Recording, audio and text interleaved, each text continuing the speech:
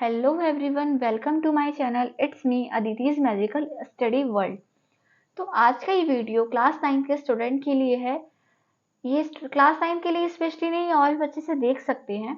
तो इस वीडियो में मैं आपको क्लास 9 का टाइम टेबल बताऊंगी, स्कूल टाइम का जो कि है, स्टडी टिप्स बताऊंगी, रिवीजन कैसे करना है और नोट्स कैसे बनाने हैं। तो चलिए स्टार्ट करते हैं। एग्जाम आ रहे हैं तो जल्दी जल्दी हमें कवर अप करना है, तो इसके लिए हम टाइम टेबल सबसे पहले बनाएंगे।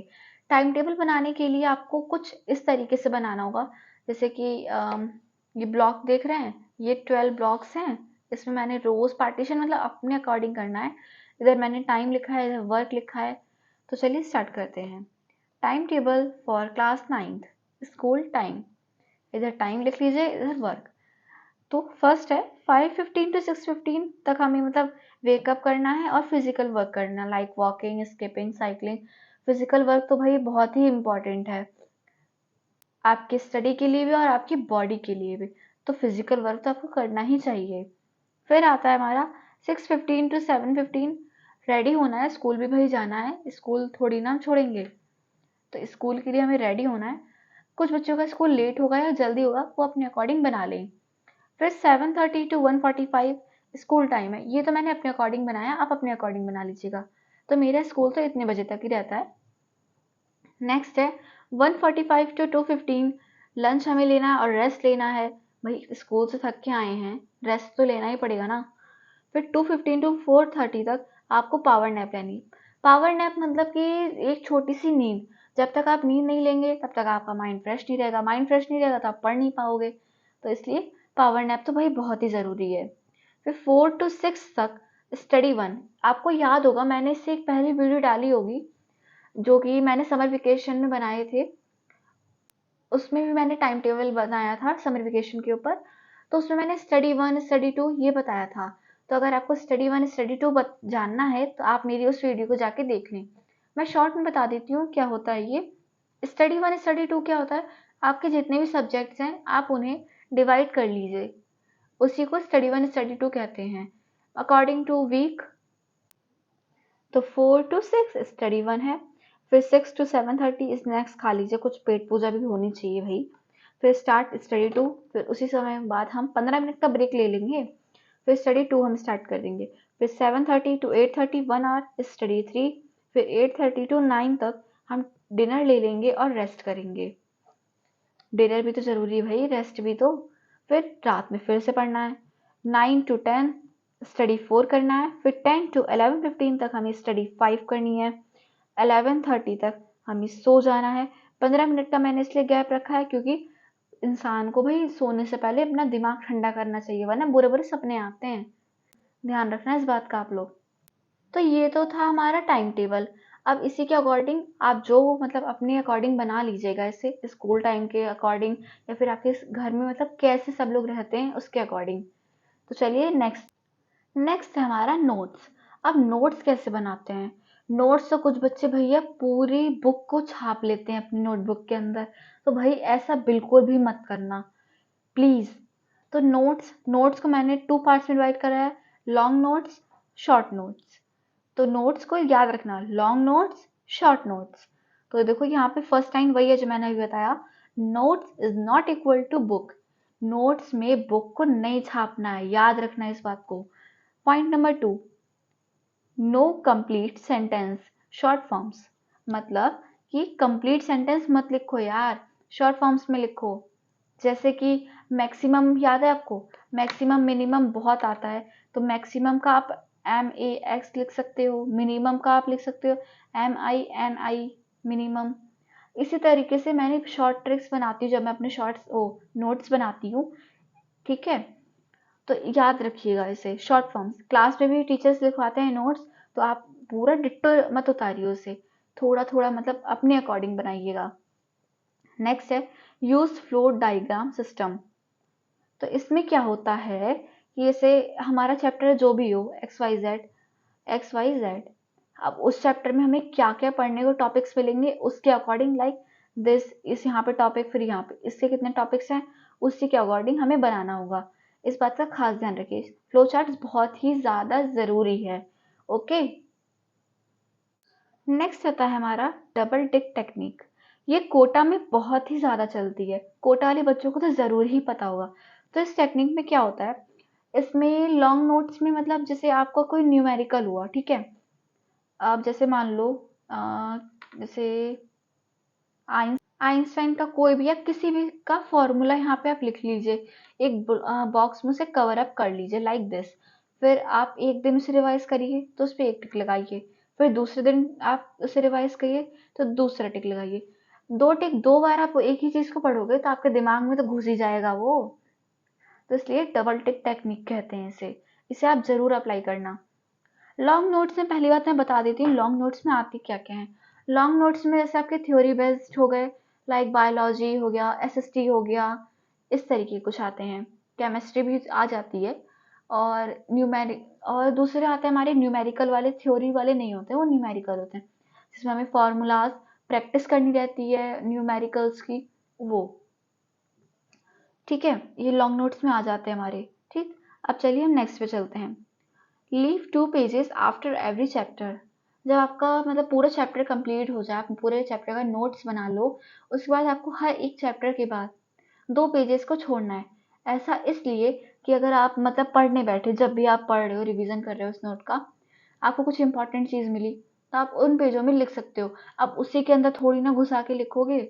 अगर आपके पास स्टिकी नोट्स हैं तो उससे आप पेस्ट कर दो, वो भी बहुत अच्छा है। अभी ये आप समझ लो कि आप सोच रहे हो पेपर वेस्ट होंगे, पेपर वेस्ट होना क्या फायदा जब आप पढ़ोगे ही नहीं सही से।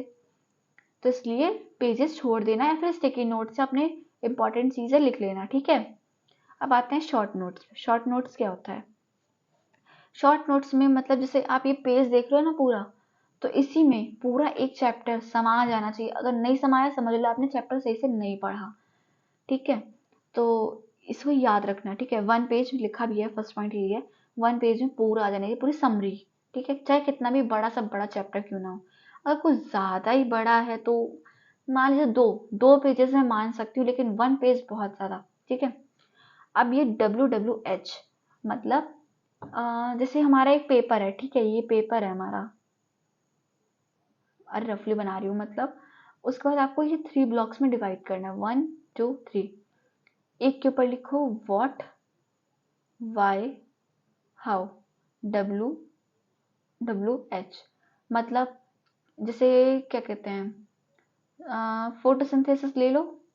तो अब फोटोसिंथेसिस क्या होता है, व्हाट क्या होता है उसके बारे में लिखो, वो क्यों होता है, क्यों, फिर वो कैसे होता है, तो ये जरूर याद रखना। ठीक है, व्हाट वाई हाउ, हर एक चीज का रीजन जरूर होता है। ठीक है, नोट्स कैसे प्रिपेयर करते हैं शॉर्ट में तो मैंने बता दिया है। तो याद रखना, बस एक चीज याद रखना आप लोग, notes is not equal to book. ठीक है, एक बार मैं रिवाइज करके सुना देती हूँ। Notes is not equal to book, no complete sentence short forms, use flow diagram system, double tick technique, leave 2 pages after every chapters, short notes में 1 page, WWH, what why how. तो चलिए अब revision पे आते हैं। Revision क्या होता है? रिवीजन, रिवीजन सब बच्चे सोचते हैं रिवीजन मतलब पूरी बुक को स्टार्टिंग से लेके लास्ट तक समझना, मतलब दोबारा रीड करना। भाई साहब ऐसा नहीं होता। रिवीजन बना ही ऐसे, री मतलब बार बार, विजन मतलब देखना, देखना है ना कि आपको पूरा दोबारा पढ़ना। पढ़ने बैठोगे तो 2 घंटे तो ऐसे ही निकल जाएंगे, तो आगे की पढ़ाई कहाँ से कर पाओगे। तो याद रखना, रिविजन बार बार उसे देखना। तो रिवीजन, तो चलिए स्टार्ट करते हैं। क्या होता है रिवीजन से मतलब, रिवीजन करने से हमें कोई भी कॉन्सेप्ट हम भूलते नहीं है जल्दी से। उसे हम बार बार पढ़ेंगे तो हमें वो बार बार याद रहेगी, एग्जाम में भी हमारे लिए बहुत हेल्पफुल रहेगी। तो चलिए स्टार्ट करते हैं। फर्स्ट पॉइंट है रिवाइज ऑल डे। हमें हर एक दिन रिवीजन करना ही चाहिए। ऐसा कोई भी दिन नहीं होना चाहिए जिस दिन हम रिवीजन ना करें, इसमें आपका ही लॉस होगा। Short notes revise all day. Shorts notes जो मैंने बताए थे यहाँ पे, वो आपको डेली रिवाइज करने हैं। ठीक है, वे रोज छोटे रहेंगे, आपको बार बार रिवाइज करोगे, आपको याद रहते रहेंगे। न्यूमेरिकल्स के फॉर्मूलाज लिख लो एक जगह, उसको कर लो। ठीक है, long notes revise after 7 day. जो लॉन्ग नोट्स वो बहुत बड़े बड़े होते हैं, उन्हें हर एक मतलब हफ्ते के बाद आपको करने हैं, मतलब 7 डेज के बाद। नेक्स्ट हमारा है revise 10 minutes all day. 10 minute आपको पूरे दिन में से सिर्फ 10 मिनट ही तो मांग रहा है यार रिवीजन। निकाल के यार पढ़ लो 10 मिनट रिवाइज। अब आप बना रहे हो एक वीक में आपको कौन सा सब्जेक्ट किस दिन रिवाइज करना है, बस आपको रिवाइज करो डेली। जितने नोट्स बनाए 10 मिनट निकालो यार, उतना ही करो। जो स्कूल में पढ़ाया जा रहा है उसी को रिवाइज कर लो, नोट्स मत बनाओ, लेकिन जितना पढ़ाया जा रहा है स्कूल में उसी को रिवाइज कर लो। नोट्स आपको एग्जाम में हेल्पफुल रहेंगे। हर एक पेपर में, चाहे जेई हो, नीट हो, यूपीएससी का हो, चाहे कोई सा भी हो, उसमें नोट्स बहुत इंपॉर्टेंट होती है। रिवाइज तो आपको डेली करना चाहिए। और डोंट फॉरगेट, और उसे कभी भी मत भूलो, चाहे कहीं पे भी रहो यार, चाहे जहाँ रहो, जन्नत में रहो, पताल में रहो, रिवाइज जरूर करो बस। Don't cheat. अपने आप से कभी चीट मत करो कि मैं रिवाइज कल कर लूंगा, आज कर लूंगा, परसों। ये कभी मत करना। अपने आप से गद्दारी कर रहे हो यार, इसलिए डोंट चीट। तो क्या था हमारा पॉइंट? Revise all day. प्रतिदिन हमें रिवाइज करना है। Short notes revise all day. Short notes को हमें हमेशा मतलब हर दिन रिवाइज करना है। Long notes revise after 7 day. बड़े बड़े जो नोट्स हैं उन्हें 7 दिन पे करना है revise. Revise 10 minutes all day. 10 minute अपने पूरे दिन में से निकाल के, 24 घंटे में से निकाल के 10 मिनट देना है बस इसे। डोंट फॉरगेट, कभी भी मत भूलो। डोंट चीट, अपने आप से कभी भी चीट मत करो प्लीज। तो होपफुली आपको नोट्स, रिवीजन और टाइम टेबल समझ में आ गया। तो चलिए आगे बढ़ते हैं स्टडी टिप्स पे। नेक्स्ट आता है हमारा स्टडी टिप्स। तो स्टडी टिप्स को चलिए पढ़ते हैं। फर्स्ट पॉइंट हमारा, don't cheat with your parents and yourself. कभी भी अपने पेरेंट्स को चीट मत, मतलब खुद से चीट ना करो, ना पेरेंट्स से चीट करो। पेपर देख के आओ, जैसा भी हुआ बता दो यार, क्यों चीट कर रहे हो? अपनी मतलब अपना ही नुकसान कर रहे हो तुम लोग। फिर है, take proper breaks during study time.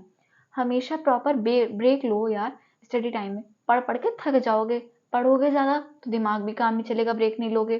तो इसलिए take proper breaks during study time. Next है, start with the subject which you are weak at. जिसमें तुम यार वीक हो, लाइक मैथ हो गया, फिजिक्स हो गया, न्यूमेरिकल्स वाले में ज़्यादा बच्चे वीक होते हैं, उसे सबसे पहले पढ़ो, उसी से स्टार्ट करो। Do practice numericals and numerical based subjects. Numericals को डेली, मतलब मैथ्स लगाओ डेली, फिजिक्स क्वेश्चंस लगाओ डेली, ठीक है। नेक्स्ट है, do practice question, don't just read text book. Practice करो क्वेश्चंस को, जैसे याद कर लेते हो, सिर्फ टेक्स्ट बुक से याद मतलब पढ़ के ना करो, उसकी प्रैक्टिस करो लिख के। स्पेलिंग्स भी तो होती हैं, ठीक है। टेक गुड नोट्स, अच्छे नोट्स लो। प्रैक्टिस पास्ट ईयर पेपर्स, जो पहले पेपर्स बीत चुके हैं उनको यार यूज करो, फिर से उन्हें पढ़ो। Right your notes in your own wording, not a bookish language. अपनी लैंग्वेज में उसे लिखो नोट्स को, ठीक है। अपनी बुकिश पूरी बुक को मत छापो। लिखा था ना, notes is not equal to book. Create your own mock test. अपनी खुद एक छोटी छोटी टेस्ट ले लो, जैसे एक चैप्टर पढ़ लिया, अब खुद से ही कुछ सवाल पूछे या फिर खुद से ही कुछ क्वेश्चंस बना लो, फिर उसके खुद आंसर्स दो। Plan your time. अपने टाइम को पूरे दिन 24 आवर्स आपको कैसे मैनेज करने हैं उसको करो। Don't waste their time in continuous study. बार बार एक ही चीज को पढ़ते रहो और लगातार मत पढ़ो, वेस्ट होगा तुम्हारा खुद का टाइम। ब्रेक लो उसे में। Always have a water while study. जब भी पढ़ने बैठो साथ में बोतल लेके बैठो, पानी पीते रहो, वरना माइंड फ्रेश होगा नहीं, ऑक्सीजन पहुंचेगा नहीं। क्या पढ़ रहे हो पता ही नहीं, पेपर में सोचोगे मैंने तो सब पढ़ रखा है, फिर पता चलेगा मैंने तो कुछ भी नहीं पढ़ रखा। Always highlight the important words and line with yellow and red highlighter. Mostly yellow and red highlighter से अपना जो इम्पोर्टेंट वर्ड्स हैं उन्हें हाईलाइट करो। येलो और रेड से क्या होता है, आपका पूरा कंसंट्रेशन उसी पे जाता है, ठीक है। Plan daily targets. हर एक दिन का टारगेट मान लो कि मुझे आज ये पूरा कंप्लीट करना है, मुझे ये कंप्लीट करना है, ठीक है। अगर आप इसको टाइम टेबल, नोट्स और रिवीजन और स्टडी टिप्स को मेरी फॉलो करते हो, मैं फाइनली कहती हूँ आप टॉपर बन जाओगे अपने क्लास के, पक्का 100%। तो चलिए आज का हमारा सेशन यहीं खत्म होता है। नेक्स्ट वीडियो में हम जल्दी ही मिलेंगे। Thank you, bye bye. Please subscribe, like and share my channel and like this video अगर आपको पसंद आए, ठीक है। बाय।